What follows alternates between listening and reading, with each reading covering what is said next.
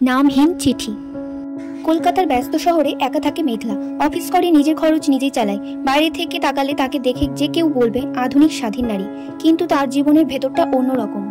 প্রায় প্রতিদিন তার ফোনে আসে অপমানজনক মেসেজ, ভয় দেখানো কল।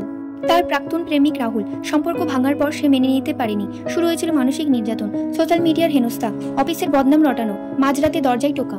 মেঘলা অনেকদিন চুপ ছিল। সমাজ কি বলবে, মেয়ে হয়ে প্রেম করেছিল, এখন ভুগুক এই ধরনের মন্তব্য শুনতে পাবে সে জানত। সে ভিডিও সহ থানায় অভিযোগ দায়ের করলো। রাহুল ধরা পড়লো, জিজ্ঞাসাবাদে স্বীকার করলো সবকিছু। মেঘলা তখনও কাঁদেনি, বরং চুপচাপ বসে এক চিঠি লিখছিল। এই চিঠি আমি আমার মতো অনেক মেঘলার জন্য লিখছি, যারা রোজ রোদ উঠলেও ভেতরে কুয়াশায় ঢাকা থাকে। আজ আমি লড়ছি যাতে আগামীকাল কেউ চুপ না থাকে। সেই চিঠি এখন মহিলা কমিশনের ওয়েবসাইটে আছে, নামহীন। কিন্তু সবাই জানে সেই নামহীন চিঠি অনেক মেয়েকে সাহস জুগিয়েছে। এই গল্পের মাধ্যমে এই শিক্ষা পাওয়া যায় যে মানসিক নির্যাতনও সহিংসতা প্রতিবাদ করলে সমাজ ধীরে ধীরে বদলায়। আমার এই ছোট গল্পটি ভালো লেগে থাকলে দয়া করে সাবস্ক্রাইব করে দিও, আর সর্বদাই আমার পাশে থেকো। আজকের মতো এখানেই টাটা।